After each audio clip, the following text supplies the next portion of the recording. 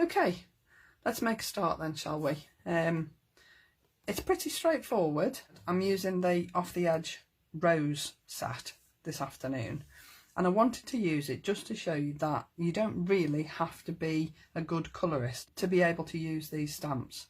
I mean, I've got pencils, I've got markers, and I'm sure the majority of you have as well, but you don't have to be a good colourist or even like colouring to use these stamps. So I've made my card, and these are my 2 stamped images. Now, I haven't used any pencils or any markers on these, and I've also done a couple of panels, and I've used Maria's fabulous video to show me how to do it. And when I upload this to YouTube, on the end screen I will link Maria's video as the next video that you see. So if you want to know how to do this, I'm not going to go through it today because Maria's done such a fabulous video, it would be pointless me trying to duplicate it. So I will link to Maria's video when I upload this to YouTube. But on Maria's video, she's used black ink as her background. I didn't want to use black because I didn't want it to be that striking. I wanted it to be a little bit more subtle because of the colours that I'm using. So the colours on here are quite subtle and quite soft. So I didn't want this to be sort of too in your face, if you know what I mean. So that's why I've gone with grey. I used saltwater taffy and tumbled glass on this card to just do my inking. And all I've done really is, if I show you the 2 panels that I've done for today, I've used completely different colours. I've used Kitsch Flamingo, Squeezed Lemonade and Twisted Citron. Now I know you can't really tell much of a difference between the green and the yellow on here, but I just wanted to use 3 as opposed to 2, and those were the 3 that I chose. Perhaps I could have used a different green, but I actually think it works and I really like it. So all I've done is I've used the Slimline die set. If I just reach out what I've used. So I've used these dies, and I've used the largest one. Okay, now the card that I did for my sample was a 7x7, and I've used the biggest die in this set to cut my panel. Now this die is too big for a 7x7 card, so what I had to do was cut it down. So if I just quickly show you how I did that,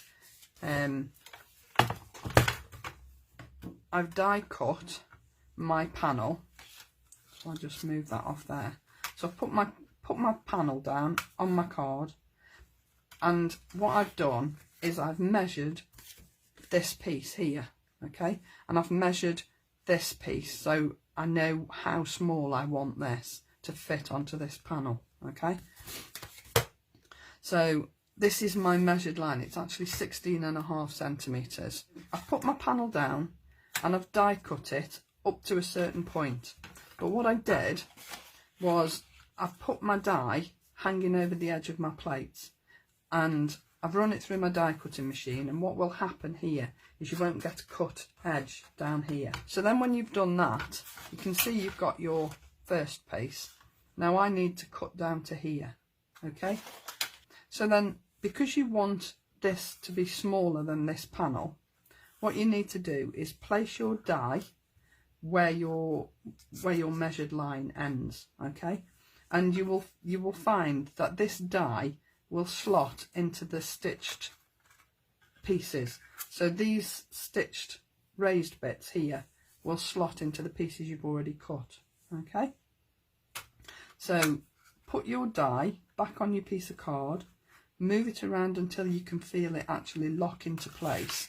Probably won't be able to do it on there. It will lock into place, and then tape it down so as it doesn't move, okay? And then when you run it through your die cutting machine again, make sure you've got the end piece hanging off the end. Run it through, but only run it through for this much. So you only want to run it through up to about here. That way, if any of your stitched lines aren't quite lined up, you're only going to have a couple that are bigger than they should be, okay? So it's not going to make too much difference. and then you'll get a panel that is exactly the right size for what you want. So today, to save all that faffing, I thought I'd do an 8x8 card, because my die fits perfectly on an 8x8 card. Anything for an easy life, me. So this is the stamp set that I'm using, the Off the Edge Vintage Roses. Absolutely beautiful stamps, gives such a fabulous image, and I love the sentiments as well. Now I've used 2 sentiments today, but not quite as is on here, okay? And then I've used the nested stitch bubble squares. So I've used the largest straight edge stitched square, okay? I haven't used the bubbles on this occasion because I didn't want it to be too fussy. So first off, let's show you how we did the inking of these images. So place one in one corner, one in the other corner, and leave my magnets there. Now what I'm going to do is I'm going to draw around here quite randomly, not sort of, you know, it's not dead accurate, it's just to give me a guide as to where to place my ink. Alright, I'm going to do the same on this one. So I'm drawing round this stamp really, really roughly, okay? And then I'm going to just flip my lid. So let's start and add some ink to this. Now what you need to bear in mind is the roses sort of sit in the corner of these images, okay? So your roses are here. So what you're doing is adding your ink around the edge, because you're only adding it to the leaves to start off with, okay? So let's get cracking and add some green to this. Now it's really quite random, because that's how I want it to look when it's finished. It's not a specific way to colour. You're not colouring within any lines. It's just a random way of adding colour so that you can then stamp over the top of it and then cut it out. It does mean a bit of fussy cutting, but to be honest, I actually find fussy cutting quite therapeutic at times, so I don't think it's going to be that difficult. And I know Lisa won't bring dies out for these because it would just make the stamp sets such a ridiculous price. Right, now I'm adding a colour here, and I'm adding shaded lilac. Haven't lost my marbles, and I'm not putting very much pressure on because I don't want it to be a heavy colour. I just want it to add a little bit of tone to that green. Now you can see, I think already, that shaded lilac has added some tone to those green leaves when they're going to be stamped, okay? Again, not much pressure. I don't want it to be a really heavy colour. I just want it to add some tone. So it doesn't matter how far up you go, you can cover all the green if you want, but I just want it at the base of the leaves. So I'll leave that at that. Then I'm going to add in the colour of my roses. Now I used blues and pinks, blues and sort of peachy with the saltwater taffy and tumble glass on the original, but I'm using Kitsch Flamingo and Squeezed Lemonade on here. Now don't worry about overlap. When you're doing this sort of thing, overlay inking works because it will give you extra colours. So don't worry about going over the colours that you've done before. It really isn't a problem, and it will only add to what you're doing. So just ink up your card. I'm going to add some yellow in there where I've left the gap. And I should probably go over the top of the pink with some of the yellow as well. I do think these little bijou brushes put this ink down. I mean, the Wonder brushes are great, but these little bijou brushes also just add the ink so beautifully to this card. And again, I'm using Lisa's 250 GSM Extra Smooth card because I just think it's perfect for ink blending. Okay, I'm going to leave that at that. And then I'm going to stamp my images. Now, I'm using black. I'm using a VersaFine Clair. I want to use the black because I want it to be a reasonable image. And what you need to bear in mind is that although you're using a really dark black ink, it's not going to necessarily look black when you stamp down onto here. Because you're stamping onto like a chalky ink, it's going to dissipate the colour of the black a little bit. So add plenty of, I know you can't probably see me inking that up, it might be a bit off screen, but it's just where the stamps are sitting on my Ultimate. I'm only doing one at a time because I tried 2 at a time earlier on, and I think what happens is I've inked this one up. If I then go to ink the other one up, the ink's drying on this one and it won't give me as good an image. So let's bring that over and stamp that down. And the beauty of the platform, of course, is that if you don't get a perfect image the first time, you can go back in, add some more ink to your stamp and go down again with your platform. So lift it gently because it will stick to your card a little bit, because obviously your ink is going to stick to the chalky ink that's on here. So I'm quite happy with that image. There's a little bit here that's perhaps not picked up quite as well as it could, but I'm not worried, again, because it's that chalky image, that chalky ink that it's stamping down onto. I don't mind the look that it's giving me because it sort of fits in with the rest of what I want. Okay, so I'm just going to remove that off there, just in case my card has moved slightly, because I don't want that going back down on that while I'm inking the second one. So I'm going to add my ink to my second stamp, flip your lid and stamp it down. Now, yeah, I'm happy with that. Okay, I'll just put my lid back on my ink pad just in case I don't need it again. And again, I would spend a little bit of time just going around and pressing down on this stamp. They're quite big stamps, so consequently, if you don't spend a bit of time making sure that you've pressed it down in all the right areas, you're going to be left with pieces that haven't actually taken as well as they could have done.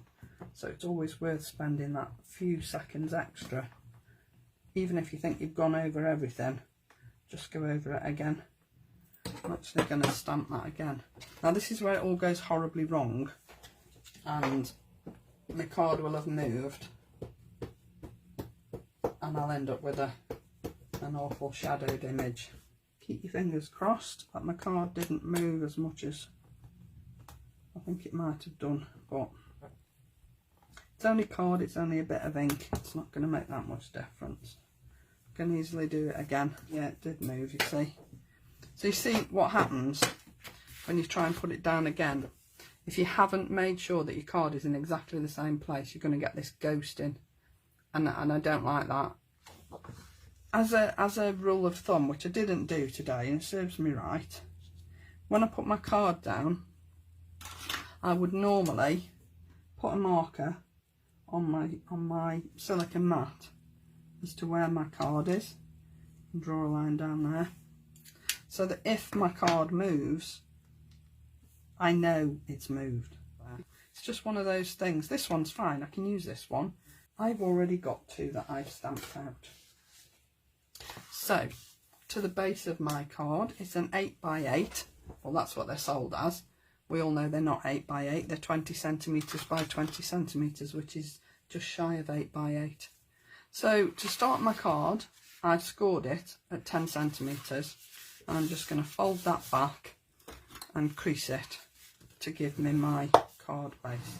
I do like this card base, I think it's ever so clever. I think it looks quite effective without actually needing a lot of work. I think it's really quite clever. So my base for inside my card, as I said, is one of the nested stitched squares from the Bubble Square set, and it's just going to sit in the centre of the inside of my card. Okay, so really, whereas when you normally make cards, your main sort of eye-catching piece is on the outside, the eye-catching piece on here is on the inside, and I just think it's something a little bit different. It's nice to sort of open a card and see the main feature, if you like. So I'll stick that in there. Now, these are my two that I did earlier on. Now when I cut them out, I also rounded the corners, primarily because the corners on here are rounded and I wanted it to sit just inside the stitch lines. So I wanted to round the corners off so that it would sit in the corner of here and not look daft, because obviously it would be pointed otherwise, wouldn't it? So I want them to sit in the corners like that. Okay, so let's glue those into place. I'm using Lisa's fabulous glue because I can't ever see me using anything else. I think I said that last week as well. It's just amazing stuff. I'm so glad that we waited and it was spot on. So we're putting this one down here in the bottom corner and line it up with the stitching.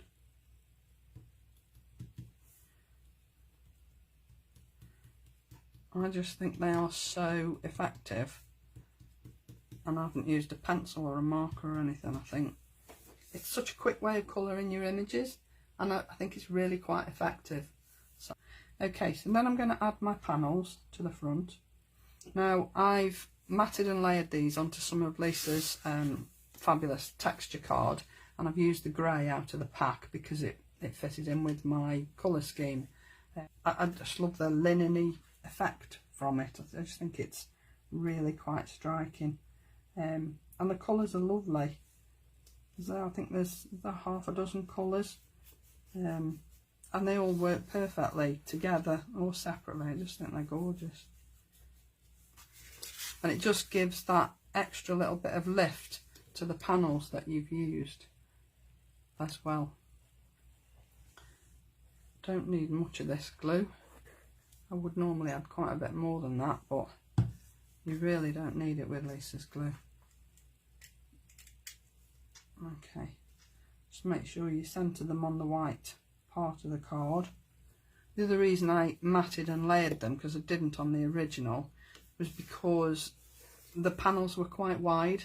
So if I'd just put the panel that I'd embossed on, it would have looked a little bit lost.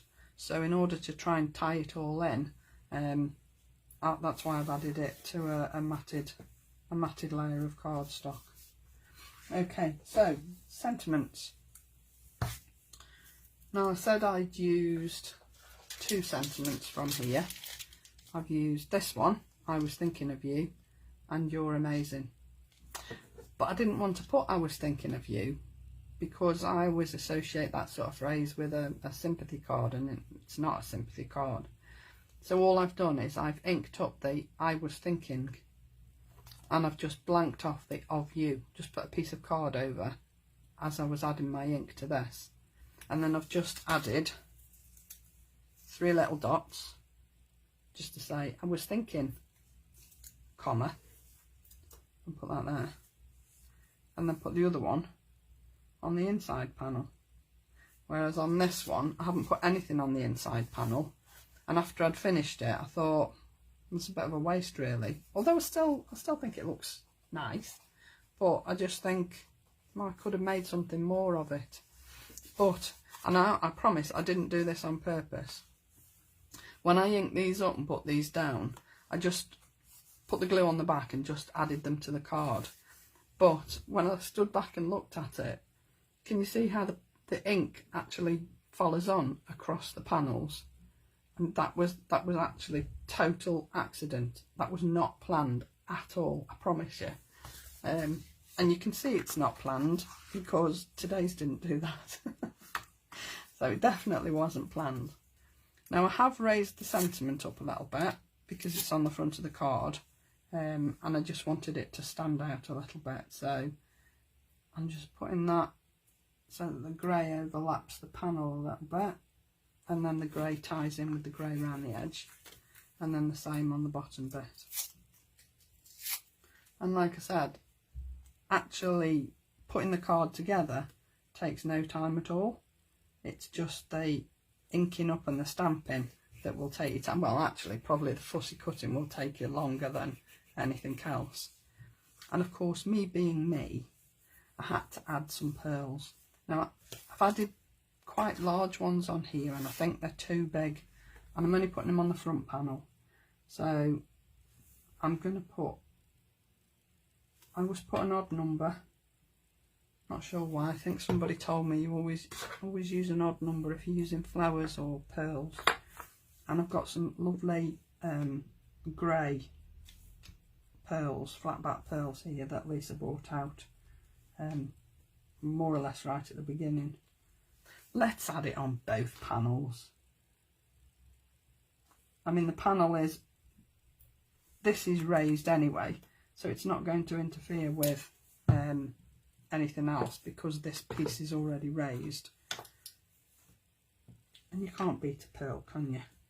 For a little bit of sparkly. Well, I don't think so anyway. Okay, yeah, like that. So there you go. There's your card. You've got plenty of room to write your greeting, whatever, on here. So there's my 2 cards.